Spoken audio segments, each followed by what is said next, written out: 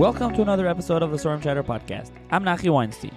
This episode of the podcast is dedicated to Nishmas, my grandmother, Rachel Bas Yaakov, Shelly Frisch, whose shleishim is today. She was Nifteres Gimel Av. She was a listener and supporter of all I do, especially Sorum Chatter, and this episode is appropriate to be released on her shleishim and dedicated in her memory, as this episode is about a unique sefer on Shas that not only is your traditional sefer with HaDoresh, daf al daf, also quotes from literature and many other things that she appreciated. And also, she had been studying the daf this cycle with my grandfather, who should live and be well at VeHamevakesh, and was very much looking forward to the Siyam Shas. Her neshama should have an aliyah. As a programming note, this episode was supposed to be a small talk, as you will hear in the intro, but it ended up being a fun and good conversation about a really unique sefer, so we let it run long and releasing it as an extra episode. To sponsor an episode or to support the podcast, please email me farmchatter@gmail.com or check out the link and information in the show notes below. You can also find the link to subscribe to this Farm Chatter WhatsApp status, which is the same type of thing, but if you want it in a different medium. And finally, if you can please subscribe, rate, and review the podcast wherever it is that you listen to the podcast, and enjoy this bonus episode on the podcast. On this episode of Small Talk, I'm going to be joined by David Farkas, Esquire, who is the author of numerous scholarly articles and Sfarim, and the Mechaber of the newly published sefer, HaDoresh VeHamevakesh, which is HaDoresh al Talmud Bavli. The sefer is over 1,100 pages, one big fat volume published through Machon Ali Zayas, and it's a very unique sefer, to say the least, as the listeners will see throughout this episode. So thank you, David, for joining me. Thank you. It's a pleasure to be here. What can you tell the listeners about the sefer? Let's see. The sefer, in its simplest terms, it's a book on Shas. It's, as you just said, it's HaDoresh VeHamevakesh, one with an ayin, one with an aleph, thoughts and comments, and I hope illuminating insights to the entirety of Shas, from brachas through nida. It's not on every single blot, but it's on most, and on many blot there is more than one ha'ara. I don't have an exact count, but like you just said, it's a thick sefer. It's more than 1,100 pages, and I believe, I've not counted, but I think there's actually more than 5,000 separate entries on ha'aras. What's unique about it, as we're going to get to, is that you quote from all different sources, many Jewish sources, non-Jewish sources. We're going to get to this English, there's also historical references, is very unique. So generally on Small Talk, I don't ask the guests for their background. However, I think here it's pertinent to ask you about your background because it's important for understanding the sefer. So we'll start off the regular episode here as the second question is, tell the listeners a little bit about yourself and your background, especially as it pertains to the sefer. Okay, good question. Let's see, I was born and bred in Toronto, Canada, Toronto. After I graduated yeshiva in 12th grade, I went to Yeshiva's Kol Torah, where Reb Shlomo Zal ben Auerbach was still the Rosh Yeshiva then. I was there for two wonderful years. I left the yeshiva in 94, and I went to Ner Yisrael in Baltimore, where I learned full-time for 4 more wonderful years. In my professional life, you called me Esquire to start. So in my professional life, I went to the University of Maryland Law School. And while I was still able to stay in the yeshiva environment by living on Yeshiva Lane, during law school, I got married and I then moved to Cleveland, where my wife is from. I was in what they call Big Law, which, you're familiar with. That's a giant global law firm. I was there for a couple of years before I went the in-house counsel route. I work today for a nationwide company in what we call the PEO industry, which stands for a Professional Employer Organization. So for purpose of this podcast and for the sefer we'll be discussing today, and you alluded to this, I would say my background is perfectly standard, very, very ordinary in every respect, except perhaps in this one respect. The shul that I grew up in, it's called B'nai Torah, it still exists today. It was a very dynamic, Mizrahi, Zionist-oriented young Israel type of shul. Myself, I'm Hungarian. I have a Hungarian background, as you can probably tell by the name Farkas. We daven Nusach Sfard. We have Chassidish and Natias. I have many Chassidish cousins in Williamsburg and Borough Park and elsewhere. I have an uncle who's a Rosh Kollel in Lakewood. My late uncle was a Maggid Shir in Bnei Brak. And as I just described, I was fortunate enough to have learned in some of the greatest of the Litvish yeshivas here and in Israel. I have a brother in Teaneck, I have a nephew in Sahal, and I work full-time in the business world.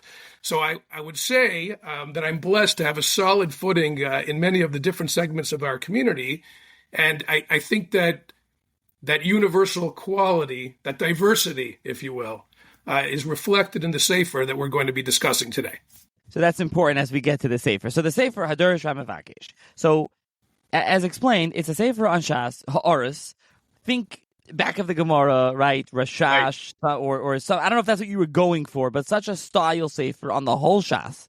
It's not simonim, it's not long pieces, not even like, it's not really lengthy pieces where sometimes you'll have a Aris where it's going through, Kasha and Rashi, and you bring down this, Rashba, and then a Panei Yeshua. You're not doing that either. It's really kind of original stuff. And then, like I said, you sometimes have even quotations in English and think, we'll get to different examples as we get through the Sefer. So, first of all, why the name HaDoresh VeHamevakesh?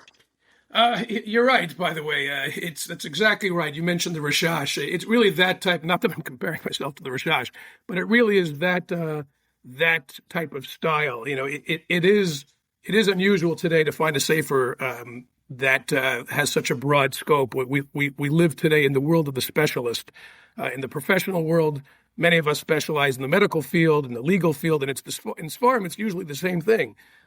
We see a lot of Sfarim on individual Masechtas, individual Prakim, even individual Sugyas, and we have Sfarim on niche topics. Some of them I've heard on this podcast, actually. We have on Shiluach HaKain, we have on Hakel.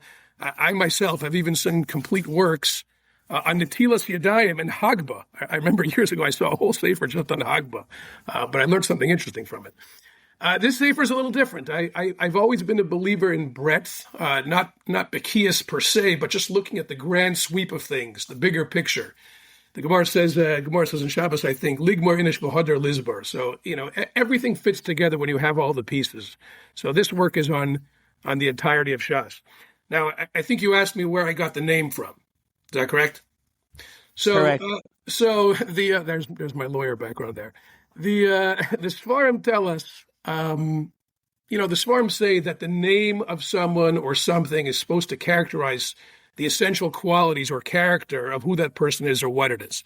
I once saw the 19th century American writer Henry David Thoreau. He said a similar thing. He said, with knowledge of the name of a thing comes a distincter recognition and knowledge of a thing. So he recognized that as well. Just knowing the name of something is important to understand what that thing is about. So this sefer, it's HaDoresh VeHamevakesh. Some people who have seen it call it HaDoresh VeHamevakesh, and I'm guilty of making that mistake myself sometimes, but it's really HaDoresh VeHamevakesh, and it comes from a pasuk in Yecheskel, Perek Lamed pasuk Vav.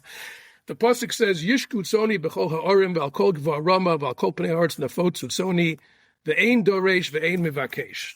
The translation is, article translation, my sheep have scattered upon the whole face of the earth, but no one seeks and no one searches. So many years ago when I was still learning in Kol Torah, I was learning a Nevi'im with the Chavrusa. And I had like a premonition that one day I would write a sefer by that name. That just came to me. Something went off in my head saying one day I would write a sefer by that name, even though I didn't know what the sefer would be, but I just had that premonition.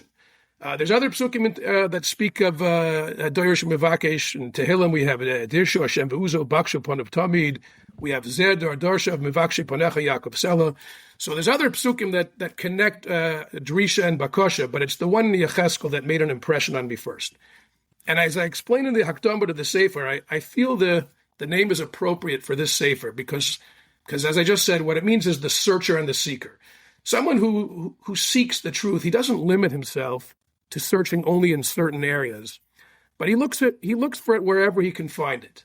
And so therefore the methodology used in this Sefer, the Mahalach, it's not strict pshat, it's not lumdus, it's not academic, it's not halacha-centric, it's not agada-centric, but it's really a mixture of all of them together. And hopefully a little later we'll go into some examples. I would say also, when you look for the truth, you look for it from any source. There's a famous Rambam, many people know, it's brought down in Shmona Prokim, Kabbalah Emes Mebisha Amra. When you're looking for the truth, you get it from wherever you can find it, even if it's from unlikely sources. So in this Sefer, I make use of many different Sfarim from across the Torah spectrum to illustrate, and I hope to illuminate the Gemara under discussion. So when you open the Sefer, I would say immediately with an opening this Sefer, you'll see all sorts of reference points that you might never see elsewhere, and that includes works in English. I have sort of a broad, self-taught classical education, classical Jewish way, autodidact, and countless times a passage in the Gemara will remind me of something from the great works of from literature, for science, for the arts. And so if I think it's helpful to illustrate or explain the Gemara, I'll bring it down. And all that's part of HaDoresh VeHamevakesh. And the last piece of why I chose this name, is based on the Rokech. There's an old minhag, well-known minhag for an author to allude to his name in a sefer.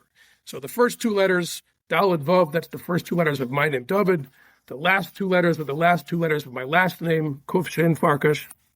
So basically, it all came together with the name HaDoresh VeHamevakesh. So I'm sure many listeners are thinking as you're hearing this, okay, does he have a haskama that he's bringing? We didn't even hear yet some of the examples, but is there a haskama to this sefer? I do, yes, I do. I wrote a sefer actually in Medrash Rabbah about 10 years ago, which was also called HaDoresh VeHamevakesh, which was, in many ways, it was sort of like a proving ground or a testing ground for putting together this sefer on Shas, which is much larger. And for that sefer, I got a beautiful haskama from a Rebbe of mine, who I used to learn with regularly here in Cleveland by the name of Moshe Berger. Rabbi Berger is a Bostonian, is a tremendous Talmud Chacham, and even an even bigger Anav, but a massive Talmud Chacham. Yeah, he learned in YU during the Rabbi Yoshe Ber days in the 1970s. He was a rabbi and a Rebbe and a teacher here in Cleveland for many years before making Aliyah a few years ago, where I believe he still gives shiurim in the, I think it's in the Alon Shvut area. He gave me a beautiful, unique haskama, which really analyzed the nature of the sefer. This haskama that he gave me was not stam, the usual chazak al chaver she'ena moitzmi b'tachas yod davar she'ena masukan, not one of those haskamas. I couldn't reproduce the whole haskama for this sefer on Shas because some of it was unique to the work on Medrash, but I took the relevant portion that applies to both. It's a beautiful haskama, and I'm very proud and honored to have it in the sefer. Is this sefer a likut, or this is mainly original material? That's a good question. I would say it's original. It's 100% original. Although I'll qualify that, but it is 100% original. This is not a collection of my Mekoimis or of sources. These are my own chidushim, my own ideas. It's the product of my own mind. Hein letoiv, hein lemutav, like Rabbi Wein says. The etzem idea I might be discussing may not be my own. It may have been said by other people, but the application of it and how I apply it to the Gemara is original with me. So I'll say from that, in the Hakdama, okay, so you might ask, it's original with you. Who gives you the right to write such a sefer? And I tackle that question head on. Of indeed, what does give a regular guy like me the chutzpah to write a sefer with my own chidushim? I know my mother wouldn't be happy to hear me say this, but it's true. I know very well. I don't approach the ankles of the great Talmidei Chachamim that are out there. I don't for a second pretend otherwise. And I mentioned this in the Hakdama. There were times when I thought I should just give the whole thing up. I thought, like, who am I to produce a sefer like this? And I almost didn't publish it. I almost hid the whole thing. Like in the old days, they would have burnt it in the fireplace or something like that. But I almost kept the whole thing closed up. But I came to the realization, and I got encouragement from a few chashuva people, that we all have our own chelak in Torah. The same chalkeinu b'soirasecha. Everyone has what to say, and everyone has their own unique voice. And this is what I think Chazal expressed this concept in the Gemara. And the Gemara says over there, mokem henichu lanu lehiskader, which means that our forebears, all the great Talmidei Chachamim who came before us, they left us room to develop our own approach. We're encouraged to have our own chidushim. This is what we're supposed to be doing. And I want to add to that, Nachi, because it's gedolim mizu. It's not just that. It's not just a benign type of thing, like you pat a child on the head and you tell him that his scribble scrabble picture looks beautiful to encourage him to grow. It's much more than that. I feel this is an important point. I think you can hit the emes. You can see things. It is possible for every one of us, even b'zman hazeh, it's possible to hit the emes and to see things that even the greatest go'onim of the world didn't see. In Krisus, we find over there, Rabbi Yochanan explains a certain din, and Rabbi Yirmiyah has a lashon. His lashon, I think, is ad kan lo niskal satayma shel halacha zu. In other words, what the Gemara is saying is that until Rabbi Yochanan came around, no one else before him understood the din. So I'm not saying it happens often, but occasionally we get flashes of insight, and you can hit upon the emes. So returning to your question, the sefer is original, but I would say there's two exceptions to that. First of all, I do cite Ma'amar Koimus. reference points when it comes from an unexpected source, or if it's off the beaten track, or if it's in a hard-to-find sefer. This is not a Mar Mokum sefer. There are plenty of fantastic Mar Mokum Swarm that are out there. That's not this one. But occasionally I will bring down something if I found it interesting, and I think others might find it interesting as well, so I'll cite it. And the second exception to that original only rule, something I'm really happy about, a feature of the Sefer, if you want to call it that, is that I also record here insights or chidushim, a good word, that is something I heard Baal Peh from Rebbeim or Rabbanim or friends, even from my own children. I have stuff from my own kids in here that doesn't appear anywhere else in print. It's interesting. People say a lot of good things. If you're a good listener, and I try to be a good listener, people say great things. People have a lot of great things to say, but we're not so good about writing those things down. And how many brilliant machshavas, how many great thoughts have been forgotten and lost to posterity because they were never written down? We don't know, right? By definition, we don't know the answer to that question. We'll never know. But I do make an effort to write down the good things that I've heard. This is a habit that I started years ago in yeshiva. I would spend a lot of time on Motzei Shabbos writing down the Divrei Torah I heard over Shabbos. I've continued that practice till today. I don't write down everything I hear, but if I heard something and I like it and I think it's a chiddush, I'll write it down, even though it's not my own, because I think otherwise it would be forgotten and lost forever. So I would say, actually, for any of the listeners out there who know me personally, and I know there are some of you out there, if you've schmoozed with me personally, or maybe if you've ever spoken somewhere where I might have been in the crowd, even if it was 20 years ago, you might find something that you said in this sefer. And I always try to bring things down b'shem omro, so you might be surprised to find what you find in here. I also like the allusion there to the flashes, to the Rambam's Hakdama of Moira. So, for those that aren't familiar. Okay, so again, we're going to get to a lot of examples where there's some fascinating ones. I'll throw one or two out here before. I actually have some questions before that, but just some that there were two that jumped out to me. Many, but like jumping out. Avodah Zarah, Daf Chafei, Isha Klei Zayin Aleh. So you say, Hainu, Yafia, this is her beauty. Kemavur Barashi, Dir Maschik Benayu, and you quote Rashi. And then you say, V'hishva, King Lear, let not woman's weapons water drop stain my man's cheek. So you have your, what's one reference to secular literature. Another one is you have Amrlei Rebbe, Barcheni, this is in Megillah. Amarlei, he tells me, he rotzen shetegia lechatzi yama, you should come to half my days. L'kulu loy amarloi, haboy macharecha behema yiru. Pirush Rashi, now I'm citing your sefer. Rashi says, Bitmia, ein toiv lecha, lechayes yamim rabim kamaini. It's not good you should live all your days like me. Shimkein, lo yitlu banecha b'gdulusecha, your sons won't take in your greatness. Ve'ata nasi vehem kol yamem, you had your itis. You're going to be a nasi, and they're going to be plain people. So what's your comparison? Anyone can see the chachma in this tshuva. Hayoim imalchas Elisheva Elizabeth. Is her name? What is her name? Elisheva. You wrote Elisheva for Elizabeth. Yeah. Because she was Zaycha to Richas Yamim. Benoy William. So by the way, shouldn't be Benoy Charles. I saw this in the sefer, and I'm like, I think it should be Charles, but it says Benoy William. Kvar Zokin v'oid le'yigil malchus. And he didn't get it. Ronami Sanhedrin Nun Beis. Amalei Nadav Laviu. Emasai Musa Shnei Zaken Malalu V'aniva Ato Nana Gesadar. And then he wrote in parentheses, Mesi Lachorna Begil 96. So just interesting to see. You bring that comparison for those that are familiar with Elizabeth and Charles and what's going on. They're like, oh, look at that comparison there. And also the other thing that piece showed me, by the way, I don't want to correct you on air, but like the William and Charles, like you read a sefer like this of over 5,000 artists.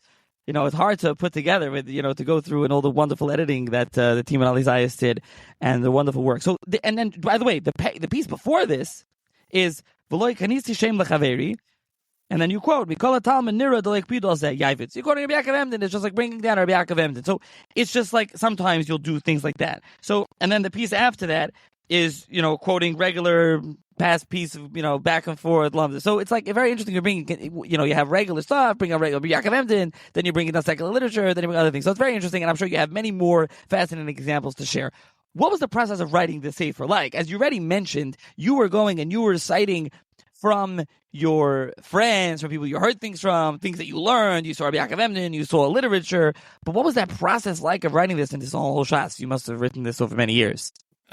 Okay, I could spend half an hour just responding to that alone, but you're right. It was this same, like you said, this was written over 30 years. I think I mentioned that in the Hakdama.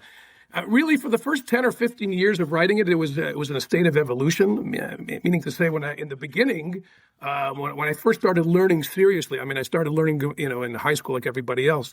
But in the first few years of learning, I had the only ha'aras I had were just basic, ayin shams.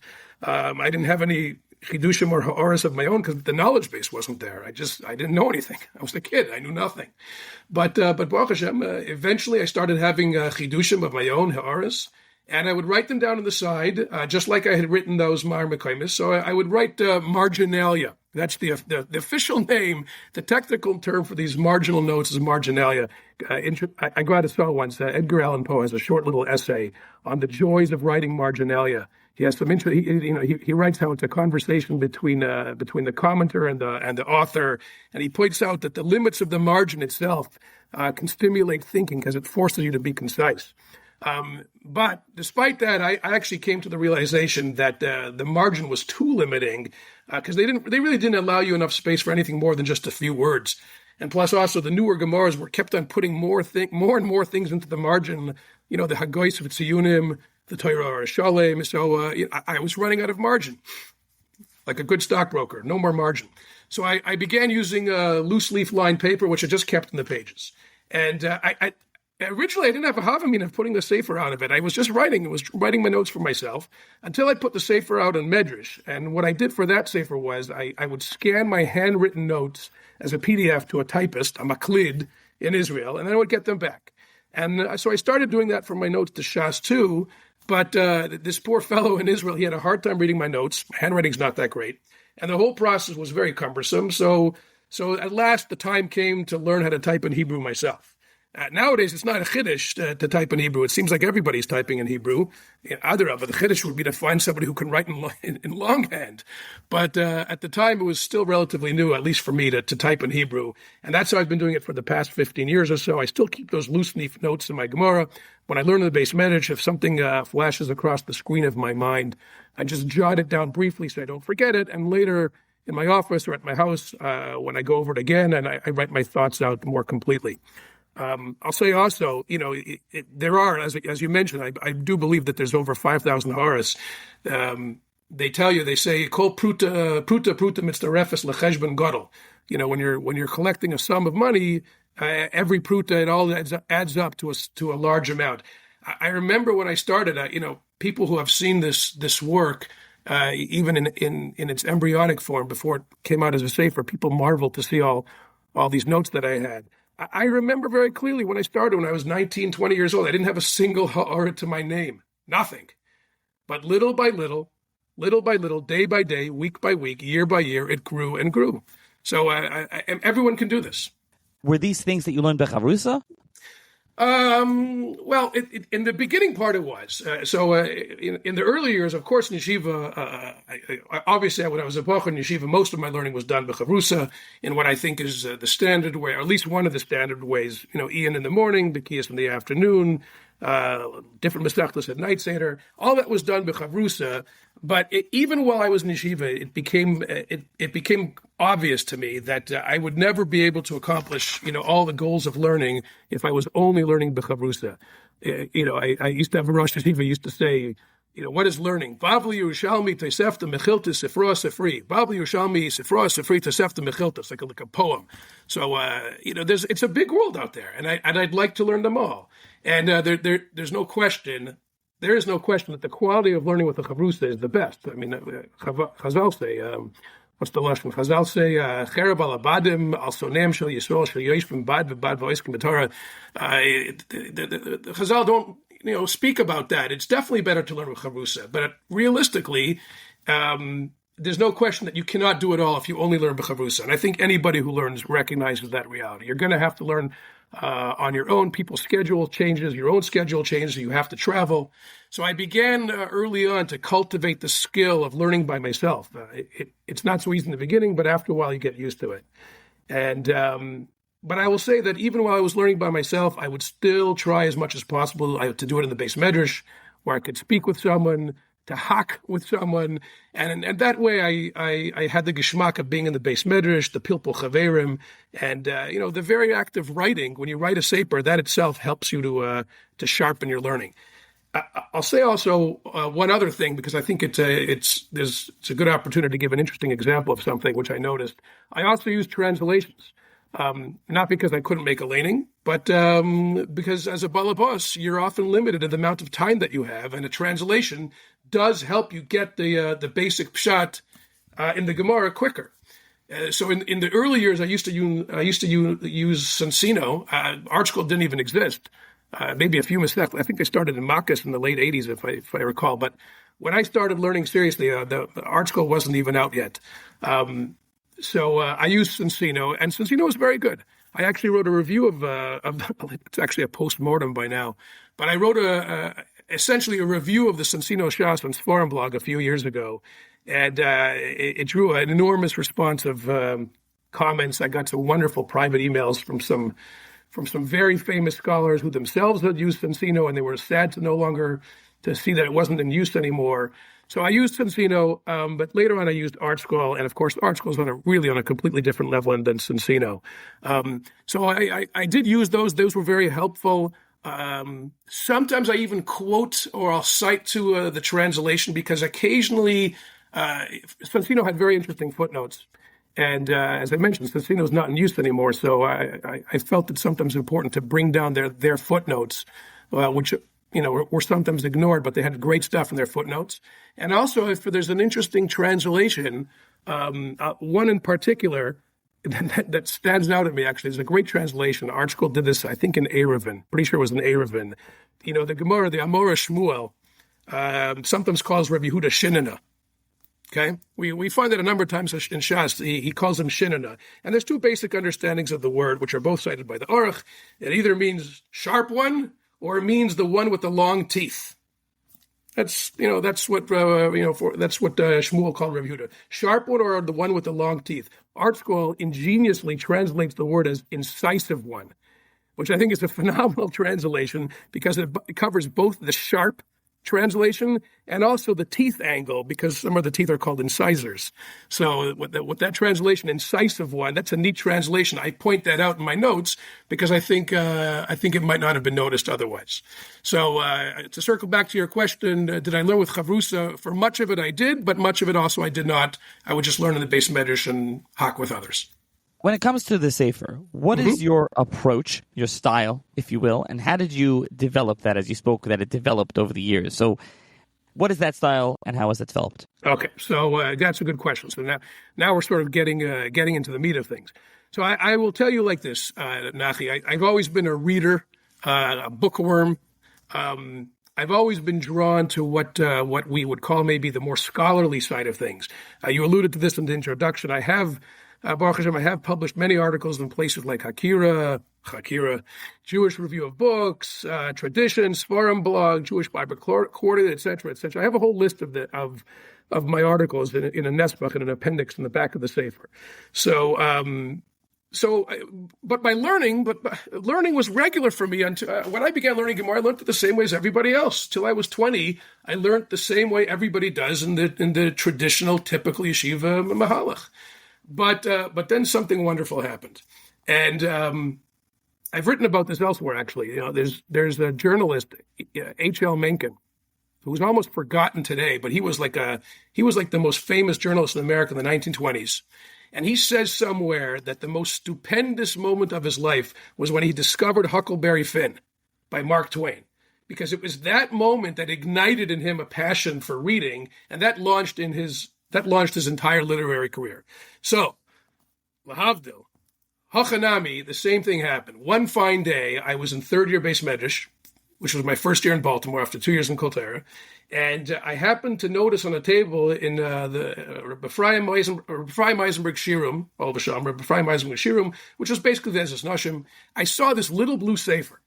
So, being like a naturally curious type of person, I walked over just to see what it was. And I picked it up. I had never seen this sefer before, a little blue book. And I couldn't put it down. And that sefer turned out to be Mechkarim B'Darchei Talmud V'Chidosav by Reuven Margolius. So that sefer you're familiar with it. I'm sure many of your listeners are familiar with it. It's about 20 or so essays with another 20 or so shorter essays in the back that he calls oilulus, all on like strange or seemingly incomprehensible passages in the Gemara. And like the greatest Magidei Shiurim, he'll take a passage in the Gemara and he'll ask like 6 or 7 questions on it until you're wondering, gee, he's right. How does this make any sense at all?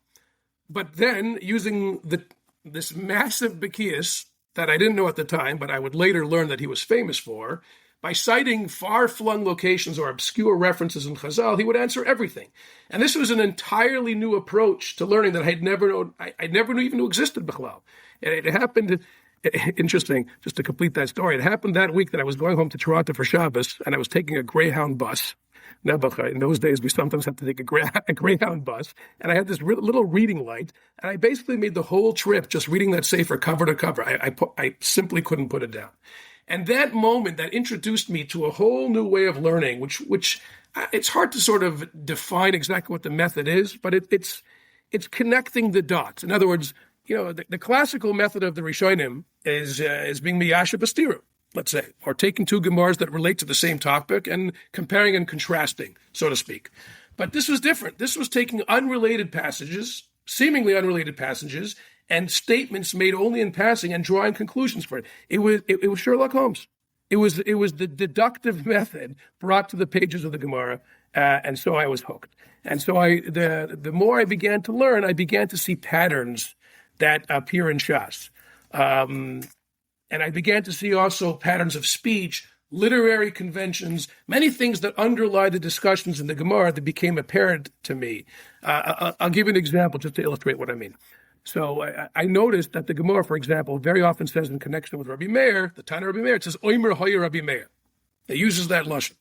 It does do that occasionally with other Tanaim also, Oimer Hoyer Rabbi Shimon, but I began to notice that it doesn't, that the phenomenon appears overwhelmingly with Rabbi Meir. I don't know why. I just noticed that.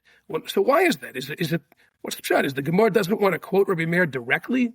Was Rabbi Meir more prone to say things as a rule more than other Tanoim? So I have a Mahalach, and it's in the Sefer. But I had to notice that, and you don't necessarily notice things unless you're sort of attuned to looking for the bigger picture and seeing the patterns and things. Another example, the Lashon Ishtoimim Kishoch Hada. Sometimes you'll find that in Shas when somebody was momentarily astonished for something. I think it's actually based on the pasuk, but you'll see that Lashon Ishtoimim Kishoch Hada. And I realized, after I looked into it, that it's only found by Reb Zeir and Rabbi Yochanan. Why? Why only by Reb Zeir and Rabbi Yochanan? You don't find it by anybody else. Again, you can say any mahalach you want to explain it, but you have to notice first that these patterns keep coming up. Now, I'll say the Rishonim were aware of this. Rabbeinu Tam, you may be familiar, there's a very famous statement. Rabbeinu Tam says, in the beginning of Ksubas, he says that every Amora had his own unique speech patterns that was unique to that Amora. But the full extent of it wasn't apparent to me until I began learning in an approach. And then I began to realize that it's not just the language of the Amoraim, it's also the Tanoim, it's in every Masechta, it's in the language of the Gemara itself. I'll give you another example. I have some more examples because I know you're going to ask me for examples. I know that, but I just can't resist. I'm going to give you one right now. And this example, Pink, this is not even in the Sefer. It's something but it's typical of others. And I just realized this recently when I was learning with one of my sons. I came across this, and I think it's interesting. The famous Gemara in Tainus tells the story of Rabbi Eliezer bar Rav Shimon, who saw a man. A man saw him walking one day, and Rabbi Eliezer called him. What did he call him? Reika. Is everyone in town as ugly as you are? Right? Many of us know this famous Gemara in Tainus. The man later on heard people calling Rabbi Eliezer Rebbe, and he says, is this the one that they call Rabbi? If so, Al Yirbu Kamoischa B'Yisrael. That's the Gemara in Tainus. So first of all, and this is parenthetical, and I do mention this in the Sefer, first of all, it's kedai to note that the word Reika isn't stam an insult. It's mentioned explicitly in the New Testament. And this is the type of thing you're going to find in the Sefer. The New Testament, let's not forget, was written during the times of Chazal, and it's a very rich source of material that helps us understand many things in the Gemara. Rabbi Gamliel is quoted twice in the New Testament, just to explain. A lot of people don't realize that. Rabbi Gamliel. And in the New Testament book of Matthew, it says there, and I'm quoting, it says there, whoever is angry with his brother for no reason shall be in danger of judgment, and whoever shall say to his brother, Reika, shall be in danger of the council. It actually uses the word reka, R-A-C-A, just like that, even in English translations. So clearly reka was a loaded word, just like today, and I'm not going to illustrate, but we all know that there's certain insults that can get you into more trouble than others. So reka was a loaded, heavy duty word. That's just parenthetical, though. But what I wanted to bring out when I talk about the patterns, when I learned this, I realized that this is kamat the same language we find somewhere else in the Gemara of Shabbos, Lamed Aleph and Aleph, the story with that fellow who came to bother Hillel on Erev Shabbos and he lost his bet, and he asked him all those questions. Which by the way, I have some interesting 19th century perushim on the questions. Some say he was asking all sorts of evolution-based questions. I have an interesting discussion there too. But when he lost that bet, what's the lashon over there? What did he say? He said, "Are you the one they call Nasi? If so, Al Yirbo Kemoischa B'Yisrael." It just hit me again. This is not even in the Sefer. It's just what I was learning with my son. It's the same thing. It's the exact same lashon. When by Rebbe Lezer ben Shimon, when he heard the people calling him Rebbe, he said, "Al Yirbu K'moischa B'Yisrael." When the Nasi, when this person heard that Hillel was called a Nasi, he said, "Al Yirbu K'moischa B'Yisrael." So what does it tell you? So it tells you that this wasn't the exact verbatim phrase that was used. It's a general phrase that's used by Chazal to characterize the episode, or what we would call in English a literary convention. So I have lots of examples of this, patterns people pick up on. As I mentioned, every Masechta, it's not just Rabbeinu Tam says it about every Amoira, but it's not only that. It's every Masechta. Most of us are familiar, the Gemara Nedarim says, Lishna Nedarim Mishuna. But it's not only Nedarim. When you learn Tamura, when I learned Tamura, I noticed that the phrase Amrila is way out of proportion to any other Masechta. And I looked into it, and I see that there is some scholarly literature on that to explain that. It's unusual. It's just way out of whack. There's more Amrilas there than there is for any other Masechta. So these are some of the patterns that I just noticed, and that's kind of a long-winded answer, I think. But that all comes back, this mahalach from learning from Reuven and the mahalach that he showed me. That's the way I began to approach learning. So when it comes to sources, I think you've given the listeners a broad understanding of your wide range of sources. But I don't know if are there any that you want to specifically highlight or mention here? Well, okay. So I mean, obviously the foundation of learning is always going to be Rashi and Tosfos. Gemara, Rashi, Tosfos, a gift. That's obvious. That's the Yachnu voice of Gemara. That's obvious. And I think every Talmud Chacham should, obviously, in learning, a real Talmud Chacham, and those are few and far between, but a real Talmud Chacham is also going to look in the parallels, the Makbilos, the Teres Kohanim, the Mechilta, if it's a Bryce, if it's brought in the Tosefta, the Yerushalmi.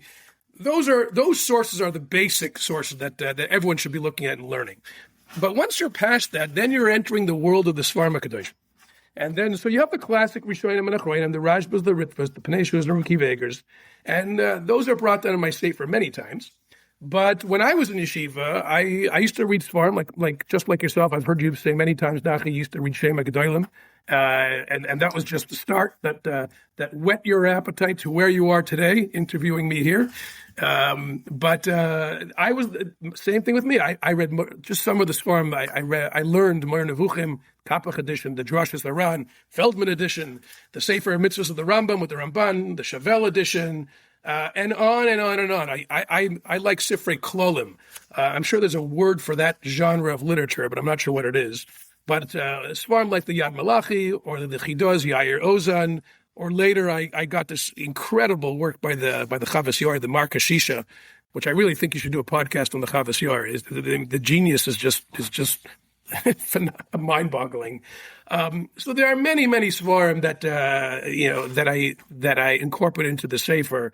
I mentioned Reuven Margolius. After that first introduction to Reuven, I saw that he has many more. He has dozens more Svarim Svarim. He also has a lot of articles which have long been out of print, and I read them all. I'll tell you a little secret, actually, that we had a fellow in yeshiva at the time go to Hebrew University to copy all those out-of-print articles That fellow, I think I'm allowed to say this. I hope I can. He's now Rabbi Eitan Feiner, who, of course, is a very well-known speaker today.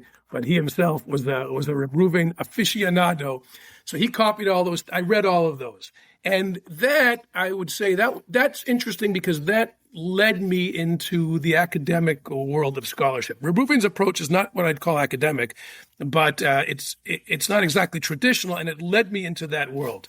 So through that path, I developed a personal relationship with Dr. Shneur Lyman, which I'm sure many of the listeners here know. He's a Muslim Chadamir. He's a giant of scholarship.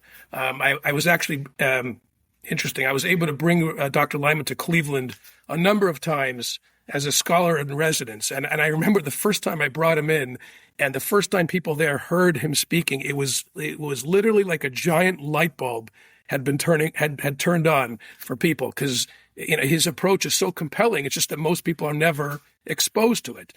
But once they see it and once they hear it, they love it. So I learned much from him, both personally and from his books and articles. Dr. Mark Shapiro, who, of course, is very well known, I have a relationship with him, and many other scholars who are not necessarily as widely known, but they represent an aspect of the academic approach to Gemara that I cite many times. I do want to mention, though, once I'm mentioning the academic approach, it does have its limitations. And the academic approach, it can be taken to extremes, which, at least in my opinion, are sometimes absurd or completely foreign to tradition. So those sources I don't use. But definitely there's much to gain from it, and so when I can, I do use it. The other sources I would use is the English. Oh, I'm sorry, did you want to ask me something? The English sources. No, go ahead, continue. Okay. So then we come to English sources. So like where to begin, right? So what I'll say on that is, okay, so I have this set. I have this great set of books, 54 volumes. So that's 2.5 times the size of Shas, right? And it's called The Great Books of the Western World. And this is an amazing series. A lot of homes actually had this in the 50s and 60s. I think a lot of homes had it. And this series was an attempt to bring together really all the classics of the Western world, from the Greek writers like Homer and Plato and Aristotle, Roman writers to Virgil, Plutarch, Tacitus, down through the medieval period, Aquinas, Dante, onto Shakespeare and Milton, then Gibbon, Samuel Johnson and Darwin, all the way down to Freud. So these are serious foundational works. And when you read through these, I can't say I've read all of them, but I've read many of them. And when you see them, you can't help but see the similarities or the differences between these individuals and Chazal. And of course, everyone here knows Chochma B'Goyim Tamin. And a lot of these passages, they shed real light on Chazal. And we're going to get to a few examples, I hope, in just a few minutes. But some of these sources, especially the older ones, some of which are from the times of Chazal, or in many cases even predate Chazal, you can learn a lot from them. I don't quote pop culture. I don't quote anything grub, anything like that. I only cite serious classical stuff that nobody would be ashamed to have on their shelves. Great classical works of literature. There's a lot to learn, and it's not just those writers also, but all great writers. I love books of quotations. Quotations distill. I find they distill a lot of great wisdom into short, memorable sentences. So I keep quotation books like Bartlett's or Oxford throughout the house. Winston Churchill. Who Rabbi Wein, I'm pretty close. I have a relationship with Rabbi Wein. He should live and be well. Just like him, I'm a fan of Winston Churchill. To my right, actually, I have a big painting of him here on the wall. He himself was in favor of reading quotation books. You can learn a lot from these books. And I also read selection books. So, for example, I'm not an expert in Shakespeare or Milton or Tennyson, three of the great English writers. But I've read many quotations from them, and I've read many selected passages from them, their greatest hits, right? So through that, I'm able to bring to bear some of their great thoughts. And so, again, you asked me some of my sources. It's really impossible. I don't have a bibliography in the back. It would probably take too long to do it. But, if they have what to say, I brought them. Yeah, the bibliography would be very long because you quote all over. One of the fun things with the Sefer, by the way, is you flip through and just look for those English words. Then okay, something's weird is being quoted here because you cite them. Sometimes you have Svarim where they'll turn them into Hebrew. So you have to look for it. Here, you just put it in the English, put the English quote, and it's like English mixed around with the Hebrew, which is interesting. Okay, Yeah. so when it comes to one more thing, I also want to mention Ruth Margolis. Yeah, I think many people are familiar today, especially Shirley Bornstein, Liquid FYM. He really popularized him, so I think he's kind of very well known. If he wasn't well known in the Yeshiva world, and for many others. Okay, so when we get to examples, I think we've given many examples throughout, but we're discussing this fascinating, unique, eclectic sefer of yours, Al Shas. I think it's the best way to put it. Give some examples for the listener. I'm going to do this. I'll give you some examples, and I knew you'd ask, so I did prepare a few examples. You talk about 5,000 HaDoresh, right? It's kind of hard to it's hard to pick, but I try to give a few samples over here, which are representative of the flavor that you'll get from this sefer. So I think the tone can be set, and I'm going to move fairly quickly, but nevertheless, I think we'll be able to cover them in short order. The tone, I think, for the sefer is set really by the first ha'ara. So I note on the first Mishnah of Shas in Me'emasai, the Rambam in his Akdama Perish Mishnayos, he already suggests why Rebbe started Shas with Zroyim, and why Zroyim with Brachas, and why Brachas with Kriyashma. Ayin Sham, that's the Rambam. But the question I deal with is why this Mishnah in particular. There's other Mishnayos that discuss Kriyashma. Why this one? So what I suggested is that the key is in the phrase Rabbi Gamliel Omer. That how long can you say Kriya Shema till Rabbi Gamliel Omer ad shiyala Omer Shachar Ma'isa shabo bana mibeis Mishnah Omer lo loy karino Sishma Omer lehem im lo ala Omer Shachar chayav atem likros. So Rabbi Gamliel told his sons who are coming from this Beis Mishnah that they can still read if it hasn't reached Omer Shachar, they can still read Shema. So what exactly was this Beis Mishnah? Some kind of party? It's very oblique. It's very mysterious. So I show through many examples, and there's actually a Tosfos Yom Tov I cite that says this in Frisch, that Stam Beis Mishnah in Shas always means a wedding. Okay, so they were coming from a wedding. So whose wedding? So something I noticed, we talk about big pictures. I noticed many years ago that there's a lot of halachas in Shas that are learned out of weddings involving Rabbi Gamliel's own family. I actually just came across one a couple of days ago from Yerushalmi Beya, which is not mentioned in the Bavli. So there's lots of things that are learned out from the weddings involving Rabbi Gamliel's own family. He was the Nasi. His weddings were large affairs attended by many people. So there was what to take out of it. And I cite a bunch of examples of things learned out of his own family. So we can presume that this wedding, too, involved his own wedding. So we've established that the Beis Mishnah was a wedding, and not stam a wedding, but a wedding of Rabbi Gamliel's own family. So whose wedding was it? So what I suggest is that it was Rebbe himself. It was Rebbe's own wedding. The Gemara says, the Yerushalmi says this, that Rebbe was a Bechor. So it's very possible that Rabbi Gamliel, that's Rabbi Gamliel de Yavne, which is Rebbe's grandfather, it's very possible that Rabbi Gamliel was still alive at Rebbe's wedding. He was the Bechor, and this was Rebbe's wedding. So why would Rebbe sneak in a reference to himself? Because that's the minhag I mentioned earlier, that an author is supposed to allude to himself in his own sefer. And don't say, and I mentioned all this in the Sefer, don't say that it's a late minhag, because the Rokeach himself, which is the source of this minhag, the Rokeach himself says the Seder Olam of Rabbi Yossi starts with the word Me'odam, because it's the Gemara of Yossi with the Koil, 86. And I quote also, after I made this ha'ara, but in time to get it in the Sefer, I saw the Seder HaDoresh says that Brachas itself starts with the word Me'emasai, because it's the Gemara of Ani Yehuda Kadosh. So it could very well be that this Mishnah was chosen, Dafka, to allude to Rebbe. And I'll tell you, Nachi, I know you put after you put this, you put a link to the Sefer up on your on the WhatsApp group, not too long ago, and I think Ali Zayas also has an exemplar.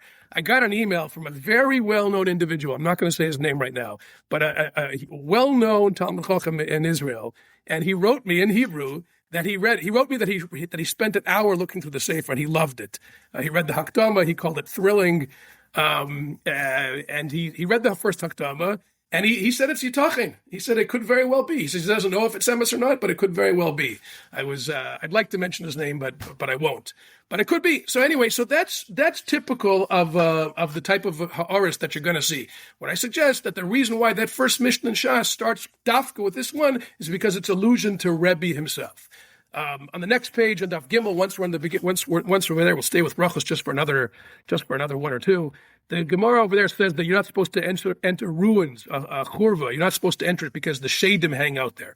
So what I explain is that shadim are beings that occupy a gray zone. They're sort of halfway between human beings and angels. The Gemara in Chagiga says something like this. It says in some way they're comparable to men, and in some ways they're comparable to angels. They're in between.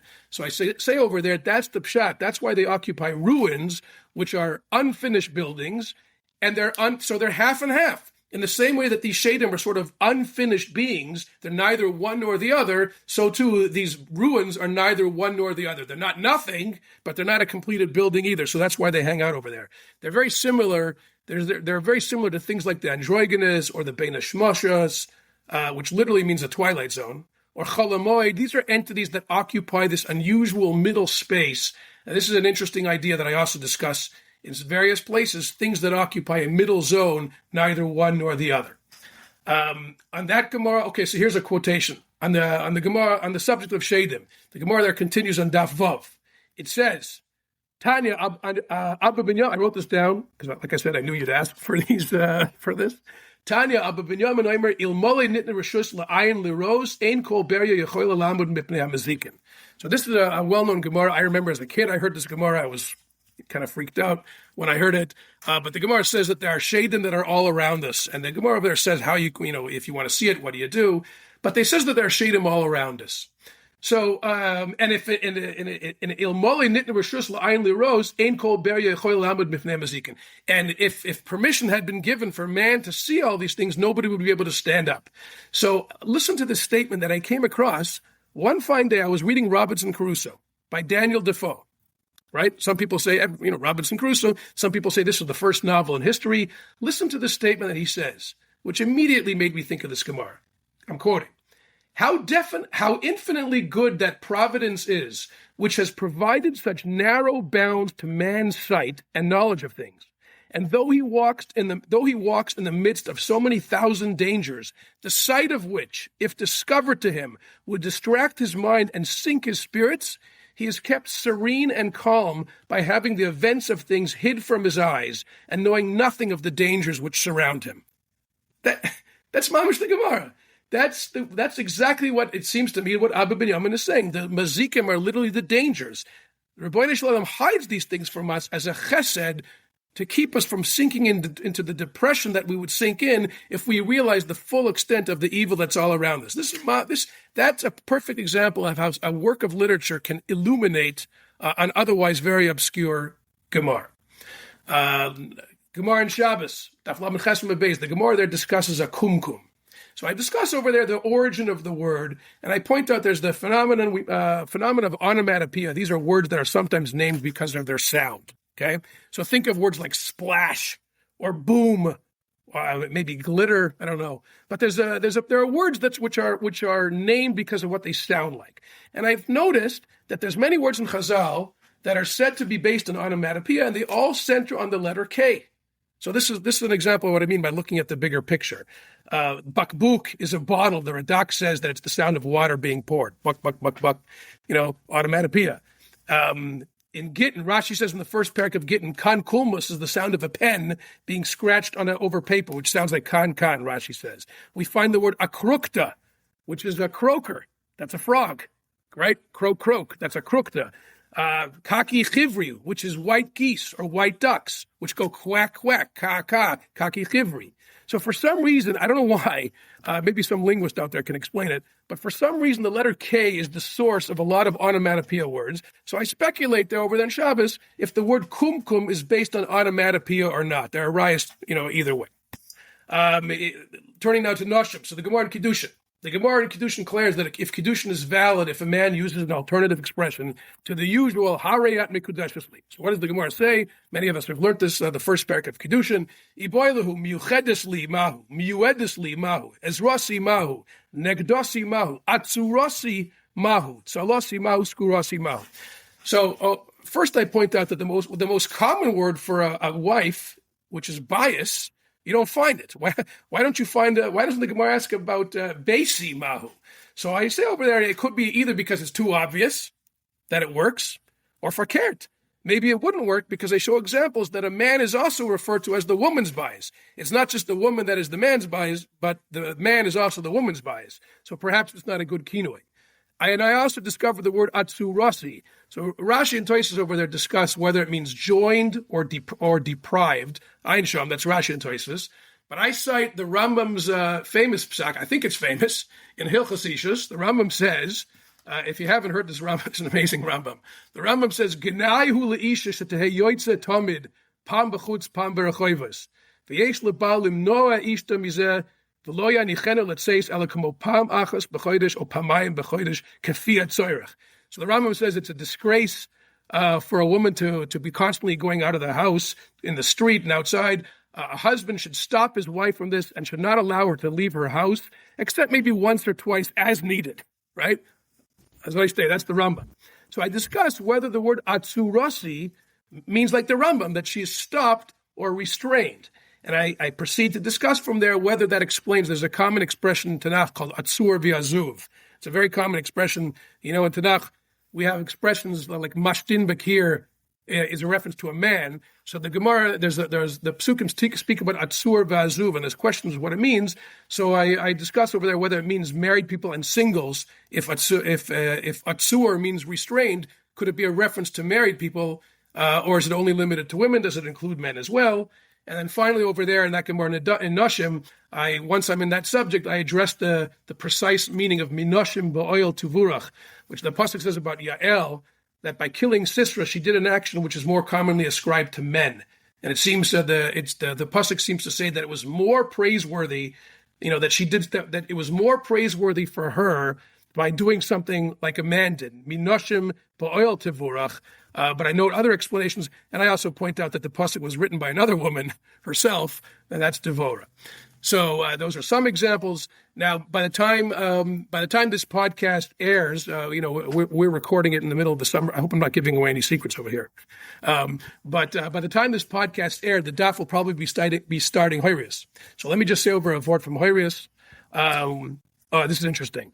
So the Gemara daf Beis Beis, there's a brisa there where a Talmud Chacham makes a mistake and he has to bring a korban. So the Gemara says, the question is, was when a Talmud Chacham or a Dayan heard the Beis Din say it was mutter, the Talmud Chacham knew it was usher, but he did it anyway because he thought he's obligated to listen to the court, even though he knew they were wrong. Okay, so first I ask over there, most of us learned Rashi and Chumash, which says, that you're supposed to listen to the Chachamim afilu k'shiyemru al yamin shehu small. So how could it be considered a mistake to do something that you know is wrong? You're supposed to follow what the Chachamim say. So I bring down the Maritz Chias, which is often art. You don't need me for that. The Maritz Chias says that it's only when they engaged with you, if the Rabbanim engaged with you and heard your viewpoint, then if you still then you have to follow them, but not if they didn't hear your perspective first. That's an interesting thought for the Maritz Chias. I cite over the Yerushalmi. Also, the Yerushalmi says exactly the opposite. Yochalim yoimr l'chal yaminshu small. That you have to follow them. Talmud loimer l'lechas yaminu small. Ad sheyoimr l'chal yaminshu yamin val small shu small. There's Torah over there, Nach. I won't get into that in the interest of time. But what I do want to mention is that in my notes, once I mention the Yerushalmi, I go one step further and I point out something which is almost completely unknown. And that is that the Vilna Shas, so whoever's listening to Hoirius right now, listen carefully. The Vilna Shas has a unique Yerushalmi printed right after the Masechta. And this Yerushalmi is not the usual Yerushalmi. I happen to be learning Yerushalmi full-time now. Almost all the Yerushalmis today are based on the Ksav Yad Leiden manuscript in Holland. I know you did a podcast on that yourself once. But they're all either based on the Ksav Yad Leiden and the Leiden manuscript, or on the Venice first printed edition, the DTO princeps of Venice. But when Bomberg printed the first Shas, the first Bavli Shas, he couldn't find any Tosfos on this Masechta. So what he did was, he looked around, and he found a Yerushalmi, and he printed this Yerushalmi in the back of the Gemara. He printed this to fill the void of no Tosfos. And this was one of the three unnamed manuscripts. The Venice Shas relied upon the Ksav Yad Leiden and three other unnamed manuscripts. The scholars say that this Hoirius was one of the bases, I think that's how you say it, is one of the bases, let's call it, for that first edition of the Venice edition. And I want to tell you one other thing, and I note this as well. some of us may know, this is for the real geeks, the real scholars out there. Some of us may have heard of there's a famous review. Jacob Neusner was an American scholar, and he wrote a translation of the Yerushalmi. And Reb Shaul Lieberman wrote a review of that translation in the 1963 Hanoch Albeck Festschrift. It's a famous review because he says over there that the only good place for this translation is the wastebasket. And the reason why he said that, if you look there, he wrote it because he felt that Neusner was not aware of this Yerushalmi, of this additional Yerushalmi that's found in the back of Hoirius. Neusner didn't even know about it. I feel bad for Neusner because it's, you can easily make this mistake. It's not the typical Yerushalmi. It just, if you turn the page after Hoirius, you'll see there's a Yerushalmi there. Most people just never turn the page and they never see it. So, Kitzur Meister, if you're anyone listening, if they ever write on Hoirius and you cite Yerushalmi, so reading my sefer can save you from an embarrassing mistake. Nachi, do I have time for just a couple more examples? Go ahead. Okay. Very quickly, a few more. Hopefully the listeners are enjoying it. Very interesting. You really, again, I said the word eclectic. I'll say it again. Eccentric even. You see this real blend with these examples they can really see. And now if I'm allowed just for a second, I will say that over the years, people who have seen my HaDoresh and have read my HaDoresh, because I've printed them small places here and there, people have really liked them. And that was one of the reasons that gave me chizuk to actually publish this, because people like it. They do. It's not usual. I'm not claiming it is, and I get it. It's not, this is the way God made me. It's not the normal way, but people see it, like it. And I've heard many times that people have learned things. They feel that this is really emes. Okay. So real quick over here, I'll skip one or two. I have some stuff on Zvachim as well. I think I'll just skip that. I'll just say one over. Actually, this is just a Meir Malcolm, but it's interesting. The Gemara in Zvachim and Daf Yudalad Amud Aleph, it says, "Ivoiluhu haylacha shaloi beregel shmo halacha iloi shmo halacha." So if the kohen hands over the blood, it's one of the avodas is to do the halacha. So if he hands the blood over to another kohen and then to another, one after the other until it reaches the mizbeach, is that good? Right, that's the Shrail in the Gemara. So I bring the Rambam. The Rambam paskins this Gemara, and he says, "V'haylocha shaloi beregel eina haylocha lefikach kohen gadol shekibel es adam v'oimid b'mkoyim v'zarkel l'mizbech nifsa hazevach." Okay, haylocha shaloi beregel. Like, for example, if you just hand it off to somebody else, it's no good. Therefore, if a kohen gadol takes the blood and throws it on the mizbech, it's no good. So the Meforshim will ask, Kohen Gadol, Man Dokar Shmei, who said anything about a Kohen Gadol? We're talking about a regular Kohen over here. So I brought down from Herschel Schachter, who says in the name of Rabbi Yosha Ber, it means a physically tall Kohen, a big guy. Because a short Kohen wouldn't be able to throw the blood and have it reach the Mizbech. So clearly the Gemara must be talking about a physically large man. And I cite also other instances where the word Kohen Gadol doesn't have its usual meaning.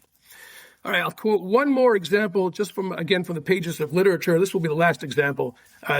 This is from Yevomas Daf, Samach Gimel Medal, a very famous Gemara. Rav's wife, everyone knows this, anyone who's learned Yevomas knows this Gemara.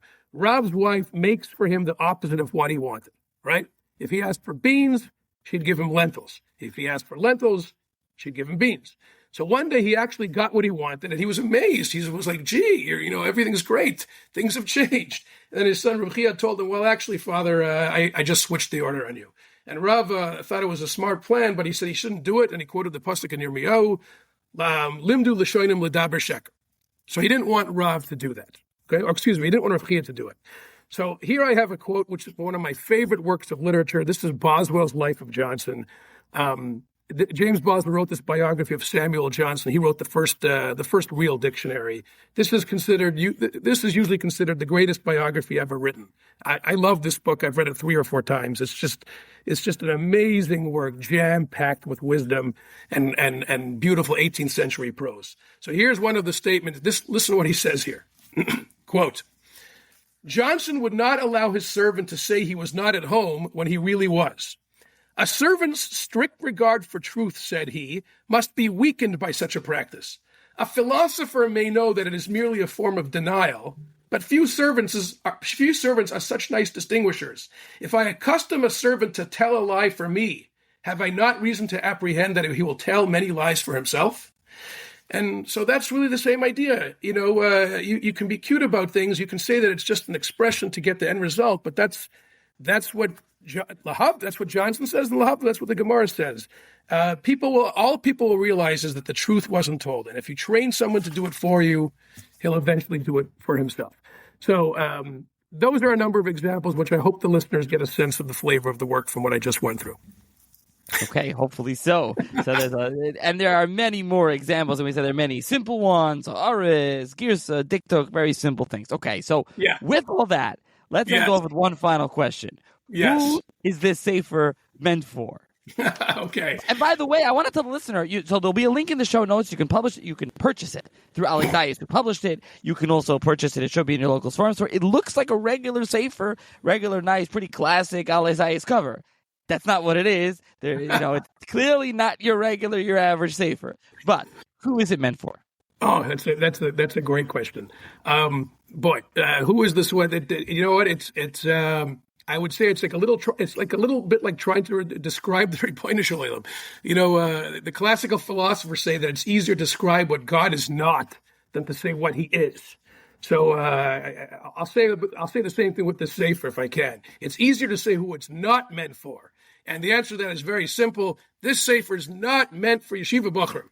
The sefer is not meant for yeshiva bachrim. I feel bachrim and yeshiva should do exactly what I did, which is they should be memalik krisim with Gemara, Rashi, Tosfos. I think if they want to read Sfarim in their spare time, they should do the classic Sfarim. If they're into halacha, they can learn Shailas and Shuvas. If they want to learn Machshava, they can learn more Nevuchim as I did, or they could do the Maral, Reb Tzadok. If they like halacha, Mishnah Berurah, Aruch HaShulchan, Chazon Ish. If they like Lomdus, Shagas Ayesh, Shav Shmaitz, the Ksois. If they like Klolim, like I did, then there's the Yad Malachi, Yad Ben Shmuel, Yair Oizen. So for Bachrim, I say, Nisht Fardir. This is not for Bachrim. But after that, though, I think the sefer is for anyone. I think for sure learners of Daf Yomi will come to mind. I did not write the sefer. I didn't even intend to write a sefer B'chlal. Kal v'chomer, I didn't write it for Daf Yomi. But I think Daf Yomi learners will enjoy it, because I think on many pages of Shas you'll find an interesting nugget which is not brought down in the usual sources. I think Avreichim and Koil, I think Magidei Shiurim will find things interesting. I know for a fact that some of my chidushim have been used in Shiurim. In fact, I have over here one of the oldest chiddush I have. One of the oldest chidushim I have was quoted by Reb Shalom Pavarsky Olav Shalom when I was an 18-year-old in his shir in Kol Torah. I said something over to him in the Beis Medrash during morning seder. And the next day, I still recall when he was giving shir, you're talking about a shir room with almost 100 Israelis and a few chutzniks like me packed in there.